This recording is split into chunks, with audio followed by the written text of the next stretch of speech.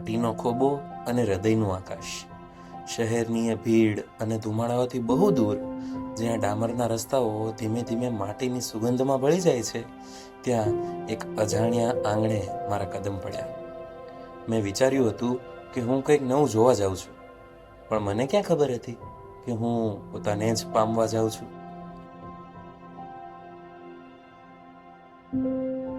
ત્યાં મકાનો કાચા હતા, પણ દિવાલો પર સ્નેહના રંગ પાક્કા હતા. લોહીનો કોઈ જ સંબંધ નહોતો, છતાં આવકારમાં કેટલા ઉમંગ હતા.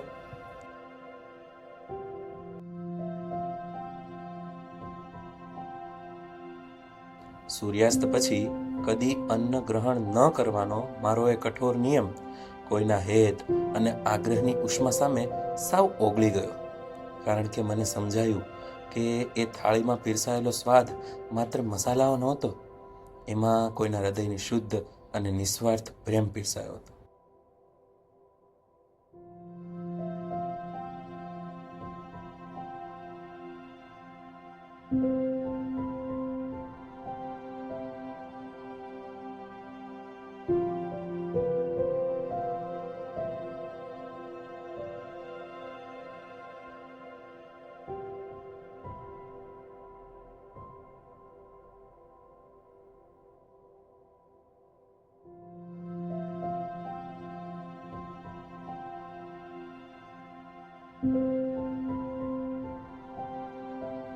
ગીતા અને ઉપનિષદના જે શ્લોકો મેં ખાલી પુસ્તકમાં જ વાંચ્યા હતા, એ મેં અહીંના સીધા સાદા અને બિંદાસ લોકોના સહજ વર્તનમાં જીવંત થતા જોયા.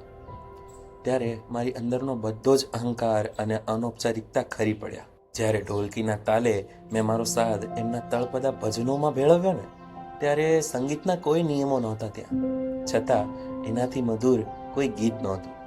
ધૂંધળા અને તારા વગરના આકાશ નીચે જીવનારી મારી આંખોએ જ્યારે રાત્રે ફળિયામાં સૂતા સૂતા નજર ઊંચી કરી, ત્યારે કાચ જેવા નિર્મળ આકાશમાં આખી આકાશગંગા તરતી હતી.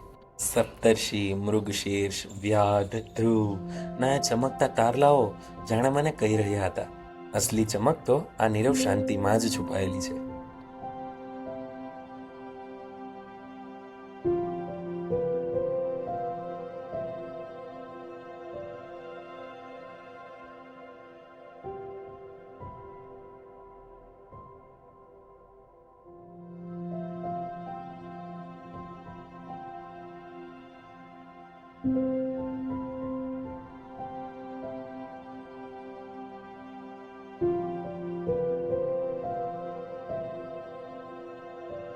પરસેવો પાડીને જ્યારે ધરતીના ઊંડા પેટાળમાંથી જળ બહાર કાઢ્યું ને, ત્યારે જ સમજાયું કે શ્રમનું અમૃત કોને કહેવાય.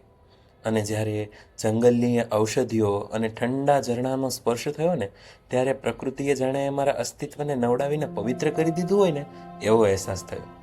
પણ આ યાત્રાનો સૌથી મોટો પાઠ તો મને ત્યારે મળ્યો જ્યારે વિદાયની વેળા આવી. મૌન થઈ ગયેલા એ હોઠ અને અજાણી આંખોમાંથી વહેતા આંસુઓ મને મોટું સત્ય સમજાવી ગયા.